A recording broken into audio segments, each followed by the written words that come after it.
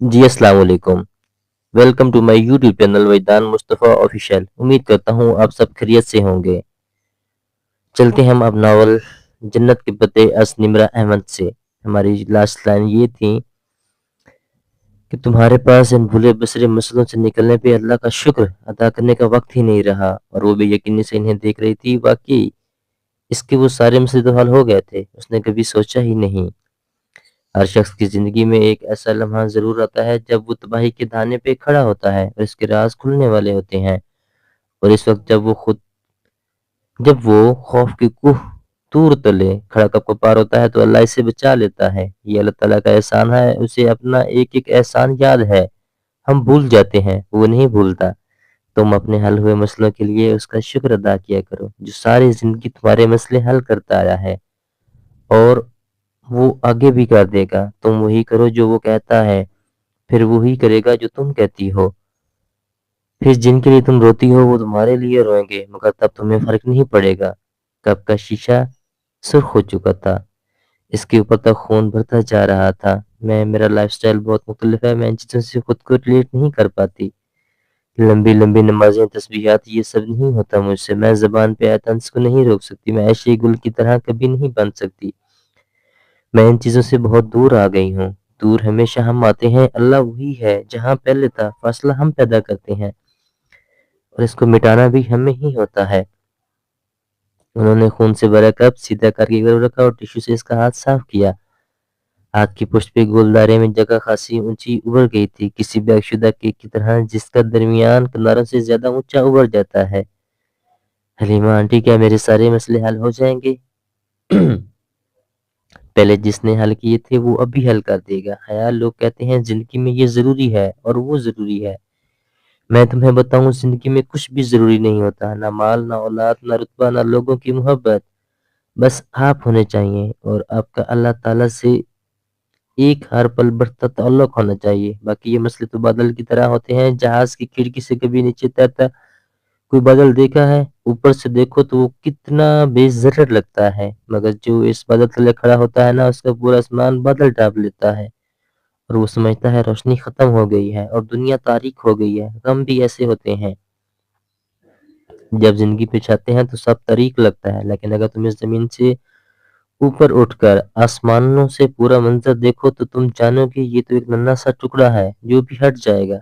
अगर ये बादल जिंदगी पे ना छाए ना, या तो हमारी जिंदगी में रहमत की कोई बारिश ना हो। उन्होंने तेल लगाकर इसका हाथ साफ कर दिया था। उसने हाथ चेहरे के करीब ले जाकर देखा।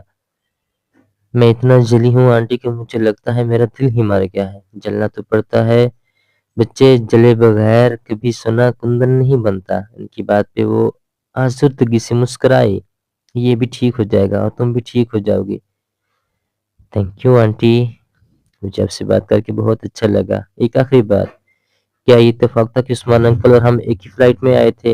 इस दुनिया में इत्तेफाक कम ही होते हैं। मेरा ख्याल है उस्मान को अब्दुर्रहमान ने ऐसा कहा था। वो समझकर सर हिला कर उठी, खड़ी हुई। कभी उसे लगता है इसे जिंदगी में सबसे ज्यादा तकलीफ पाशा ने दी है और कभी लगता है कि इसके एहसान इसकी दी गई अजियत से ज्यादा है। बग्गी सड़क पर रवां दवां थी, रात की बारिश अब सूख चुकी थी और हर जगह निखरी निखरी तुली धुलाई लग रही थी। सब्जा हवा, सरमई सड़क और वो छोटा सा जजीरा जन्नत का टुकड़ा लगता था। वो बग्गी की खिड़की से बाहर देखती इन बातों को सोच रही थी। जुलीमा हांडी ने इससे कही थी। आयशे, उसने कुछ कहने के लिए गदन इन दोनों की तरफ फिरी तो एकदम ठहर गई। दरमियान में बैठी बहारे अपनी गुलाबी बात से कुछ निकाल रही थी। हया बिल्कुल सागत सांस रोके इसे देखे गई। वो हया का बुरे रंग का लकड़ी का पजल बॉक्स था। बहारे, ये तुमने कहाँ से लिया? वो बिना पलक झपके इस बॉक्स को देख रही थी। ये मुझे अब्दुर्रहमान ने मेरी बर्थडे पर गिफ्ट किया था। इसमें मेरा गिफ्ट है, मगर ये मुझसे खुला नहीं है।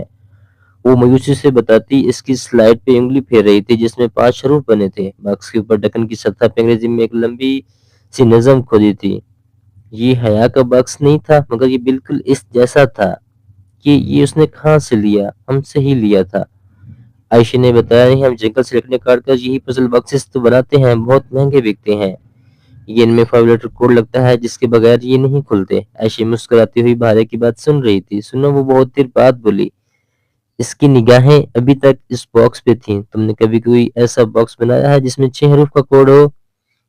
وہ دونوں ایک دم چونکی۔ ہاں میں نے بنایا تھا۔ کس کے لیے؟ وہ چینی سے بولی۔ عبد الرحمن کا کوئی ملازم تھا، اس نے 6 حرفی کوڈ بار کا آرڈر دیا تھا تو میں نے بنا دیا، مہینہ پہلے کی بات ہے۔ وہ سوچ کر بتانے لگی، تو اس کا کوڈ تم نہیں رکھا ہوگا، تمہیں وہ یاد ہے؟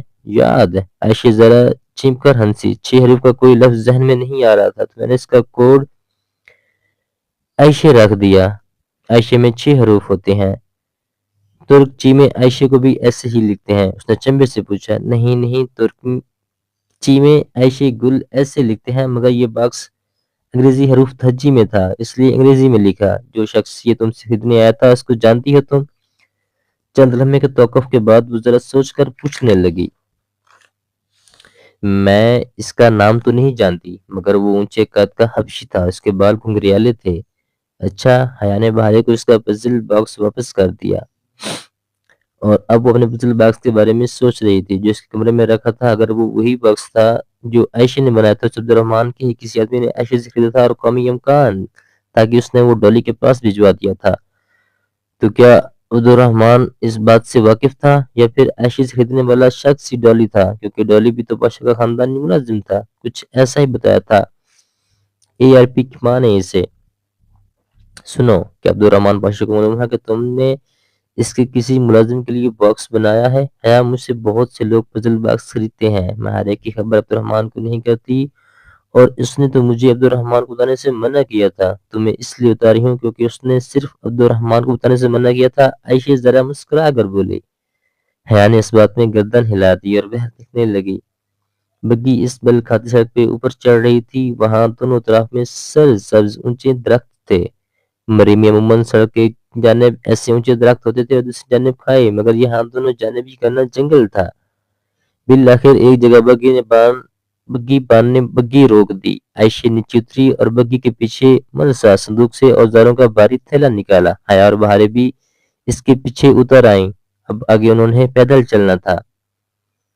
اور ہم ملتے ہیں انشاءاللہ اگلی ویڈیو میں، تب تک کے لیے اللہ حافظ۔ تو میرا یوٹیوب چینل میدان مصطفیٰ آفیشیل ضرور سبسکرائب کریے گا۔ بہت شکریہ۔